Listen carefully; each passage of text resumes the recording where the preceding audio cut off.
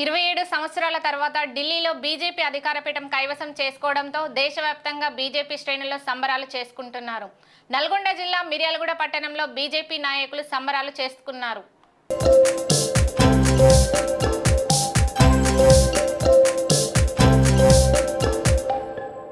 ఈ కార్యక్రమంలో బీజేపీ పట్టణ అధ్యక్షులు బంటు గిరి, పెద్దబైన వెంకటేశ్వర్లు, రాష్ట్ర కార్యవర్గ సభ్యులు, మిర్యాలగూడ అసెంబ్లీ ఇన్ఛార్జ్ సాధనేని శ్రీనివాస్, మిర్యాలగూడ నియోజకవర్గ అసెంబ్లీ కన్వీనర్ సజ్జల నాగిరెడ్డి, జిల్లా ఉపాధ్యక్షుడు పురుషోత్తం రెడ్డి, రాష్ట్ర ఎస్సీ ఎడ్ల రమేష్, రాష్ట్ర మహిళా మోర్చా ఉపాధ్యక్షురాలు కొండేటి ఢిల్లీలో మరి ఎన్నికలు జరిగాయి. అసెంబ్లీ ఎన్నికల్లో భారతీయ జనతా పార్టీ 27 సంవత్సరాల తర్వాత మళ్ళీ అఖండ విజయంతో 47 స్థానాల్లో 48 స్థానాల్లో మరి గెలవడం జరిగింది. ఇప్పటికే అక్కడ ఢిల్లీలో ఉన్న ప్రజలందరూ కూడా గమనించారు. ముఖ్యంగా భారతదేశంలో ఈరోజు నరేంద్ర మోడీ గారి నాయకత్వంలో మరి అభివృద్ధి సంక్షేమ పథకాలు ప్రజలకు మరి విస్తృతంగా అందుతున్నాయి. ఈ దేశంలో స్పష్టంగా సుస్పష్టంగా ఒక నీతి నిజాయితీ నిబద్ధతతో కూడినటువంటి పరిపాలన ఏదైతే ఉందో అది భారతీయ జనతా పార్టీ మాత్రమే సాధ్యమవుతుందని ప్రజలు గుర్తించారు. కాబట్టే నరేంద్ర మోడీ గారు 3వసారిగా ప్రధానమంత్రిగా రావడం జరిగింది. దేశంలో ఉన్న అన్ని రాష్ట్రాల్లో కూడా భారతీయ జనతా పార్టీ ఇప్పటికీ 22 రాష్ట్రాల్లో అధికారంలో ఉంది. ఇది 23వ రాష్ట్రం. ప్రతి రాష్ట్రం కూడా భారతీయ జనతా పార్టీ అధికారంలోకి వస్తుంది. మరి భారతీయ జనతా పార్టీ లక్ష్యం ఏంటంటే చివరి పేదవాడి వరకు కూడా ప్రభుత్వ సంక్షేమ అభివృద్ధి కార్యక్రమాలు అందాలి, ప్రజలందరూ కూడా అన్ని రంగాల్లో అభివృద్ధి చెందాలి అనేది ఒక లక్ష్యంగా పార్టీ పనిచేస్తుంది. ఒక నిజాయితీ కలిగినటువంటి పార్టీ, నిబద్ధత కలిగినటువంటి పార్టీ. ఈ పార్టీ పేద ప్రజల సంక్షేమం కోసం పనిచేస్తుంది. మొదటి స్థానానికి మరి ప్రాధాన్యత ఇస్తూ దేశం తర్వాతనే మేము అని భారతీయ జనతా పార్టీ చెప్తుంది. కాబట్టి ప్రజలు కూడా ఆలోచించాలి. మరి ఏదైతే కాంగ్రెస్ పార్టీ తెలంగాణలో మరి అబద్ధపు వాగ్దానాలు ఇచ్చి 6 గ్యారెంటీలు 420 మరి హామీలని చెప్పారు. ఈరోజు 6 గ్యారెంటీల్లో ఏ ఒక్క గ్యారెంటీని అమలు చేయలే. మరి వచ్చే స్థానిక సంస్థల్లో కాంగ్రెస్ పార్టీకి బుద్ధి చెప్పాల్సిన అవసరం ఖచ్చితంగా ఉంది. అప్పుడు మాత్రమే ఎందుకంటే తెలంగాణలో వచ్చే ఎన్నికల్లో భారతీయ జనతా పార్టీ అధికారంలోకి వస్తుంది. దానికి కార్యకర్తలుగా మనందరం కూడా మరి కష్టపడి పనిచేసి ప్రజలకు మరి ముఖ్యంగా తెలంగాణ ప్రజలకు భారతీయ జనతా పార్టీ సంక్షేమ కార్యక్రమాల్ని అందించాల్సిన అవసరం ఉంది. కాబట్టి ప్రజలు కూడా మరి భారతీయ జనతా పార్టీని ఆదరించి వచ్చే ఎన్నికల్లో ఎంపీటీసీలు, జెడ్పీటీసీలు, సర్పంచులు, స్థానిక సంస్థలు, మున్సిపాలిటీలు ఇవన్నీ వస్తున్నాయి. వీటిల్లో కాంగ్రెస్ పార్టీకి బుద్ధి చెప్పాలి. వాళ్ళు ఇచ్చిన ఏ ఒక్క గ్యారెంటీ అమలు చేసే పరిస్థితి లేదు. ఇప్పటికే దాదాపు 1,30,000 కోట్లు అప్పు చేసిండు రేవంత్ రెడ్డి కూడా ఈ సంవత్సరంలో. కానీ ఆ అప్పును వడ్డీలు కట్టడానికే సరిపోవట్లేదని చెప్పుకుంటున్నారు వాళ్ళు. మరి ఇచ్చిన ఏ ఒక్క హామీ కూడా అమలు చేయట్లేదు. కాబట్టి ప్రజలు అర్థం చేసుకొని భారతీయ జనతా పార్టీకి అవకాశం ఇవ్వండి. అభివృద్ధి కార్యక్రమంలో డబుల్ ఇంజిన్ సర్కార్లో మనం ముందుకు వెళ్తే మన రాష్ట్రం కూడా ముందుకు వెళ్తుంది. ఆ యొక్క భారతీయ జనతా పార్టీ ఇచ్చే సంక్షేమ పథకాలని మనం కూడా మన రాష్ట్రంలో అమలు చేసుకోవాలంటే అది ఒక నరేంద్ర మోడీ గారి బీజేపీతో సాధ్యమవుతుంది. కాబట్టి మరి మనందరం కూడా దానికోసం ముందుండి పనిచేయాల్సిందిగా కోరుతున్నాం.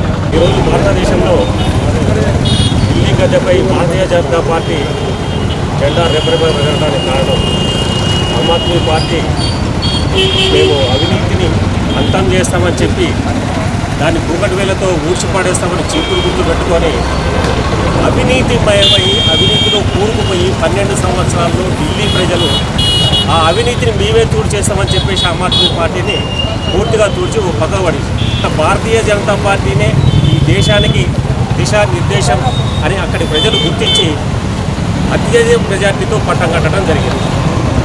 అలాగే ఇవాళ ఢిల్లీలో కాంగ్రెస్ పార్టీ టోటల్గా జీరో. ఇవాళ మన తెలంగాణలో కూడా 6 గ్యారంటీలు 66 పథకాలనే మోసమైన పథకాలతోటి పార్టీనెక్కి సంవత్సర కాలంలో వాళ్ళ అవినీతి ఏంది, వాళ్ళు చేసేది ఏంది అనేది ప్రజలకు, తెలంగాణ ప్రజలకు కూడా పూర్తిగా అర్థమైంది. నెక్స్ట్ ఎలక్షన్లో సేమ్ ఇదే చీపులతోటి అదే కాంగ్రెస్ పార్టీని మళ్ళీ దిశ మూలగొట్టడానికి అతి త్వరలో జనాలు సిద్ధంగా ఉన్నారు. ఇది జనాలు గుర్తుపెట్టుకోవాలి. భారతీయ జనతా పార్టీ నరేంద్ర మోడీ గారి నాయకత్వంతో భారతదేశం మొత్తం కూడా కాషాయమయమవుతుందని ఈ సందర్భంగా తెలియజేస్తూ ఢిల్లీలో అఖండ విజయం సాధించిన విషయం అందరికీ తెలిసిందే.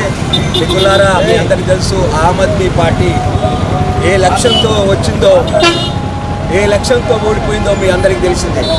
అవినీతికి వ్యతిరేకంగా వాళ్ళ గుర్తు ఏదే అంటే పొరక గుర్తు.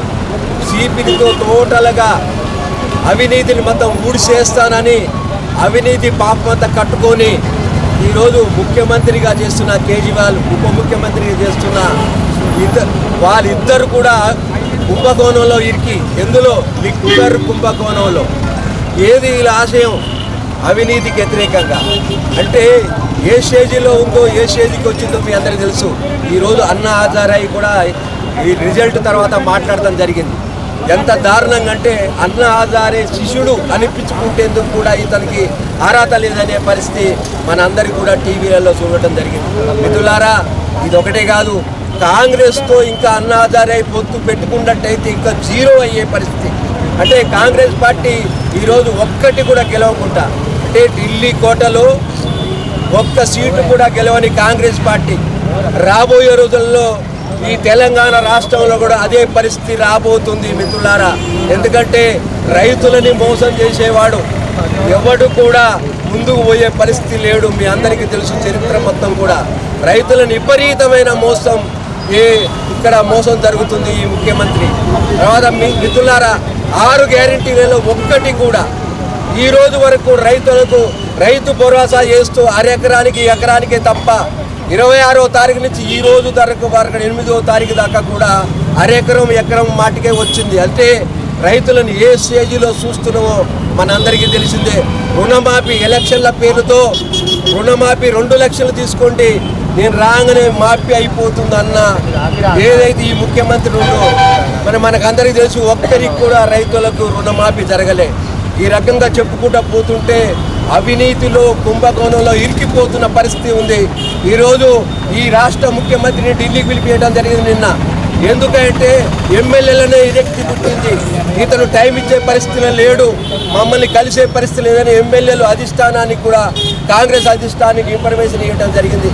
మిత్రులారా, మీ అందరూ తెలుసు, మీకు రాబోయే రోజులలో భారతీయ జనతా పార్టీ తెలంగాణలో మనమే రాబోయే రోజులలో తెలంగాణ ఈ పీఠాన్ని మనమే ఎక్కుతాం అనేది ఖచ్చితంగా ఉంది. కాబోయే రోజులలో మీరందరూ కూడా ఖచ్చితంగా పనిచేసినట్టయితే రాబోయే రోజులలో మనమే అని గుర్తెరగాలని కోరుకుంటూ ఈ అవకాశం ఇచ్చిన మిత్రులు జనానికి ఆశ పెట్టించి ఓట్లు వేయించుకొని వివిధ రకాల కుంభకోణాలతో ఇవాళ లిక్కర్ స్కామ్ ఏంటి? ఇక్కడ ఒక ప్రాంతీయ పార్టీ, అక్కడ ఒక ప్రాంతీయ పార్టీ, రెండు కలిసి దేశాన్ని దోచుకుందామని చూసింది. ఈ పార్టీని ఎల్లగొట్టిండ్రు, ఆ పార్టీని ఇవాళ ఎల్లగొట్టిండ్రు.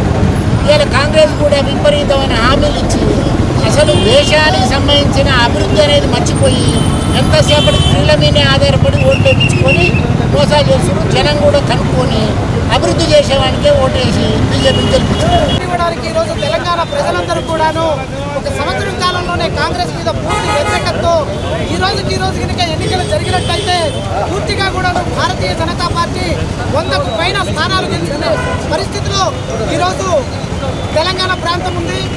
ఇదే బీజేపీ పార్టీ దేశంలో ఏ రకంగా అయితే అవినీతి రహిత పరిపాలన అందిస్తుందో అదే రకంగా ఢిల్లీలో కూడాను అవినీతి రహిత పరిపాలన అందిస్తుందన్న విశ్వాసంతో ఢిల్లీ ప్రజలు విశ్వసించి బీజేపీకి గెలిపించడం జరిగింది. తెలంగాణ ప్రజలు కూడాను ఆ విషయాన్ని గ్రహించారు, గమనించారు, తెలుసుకున్నారు. వాళ్ళు ఎవరికైతే ఓటేసి తప్పు చేశారో, పొరపాటు చేశారా అన్నది ఈరోజు తెలంగాణ యావత్ ప్రజానీకం కూడా దీన్ని గుర్తించి భారతీయ జనతా పార్టీకి పట్టం కట్టడానికి తెలంగాణ ప్రజలు చాలా సిద్ధంగా ఉన్నారు.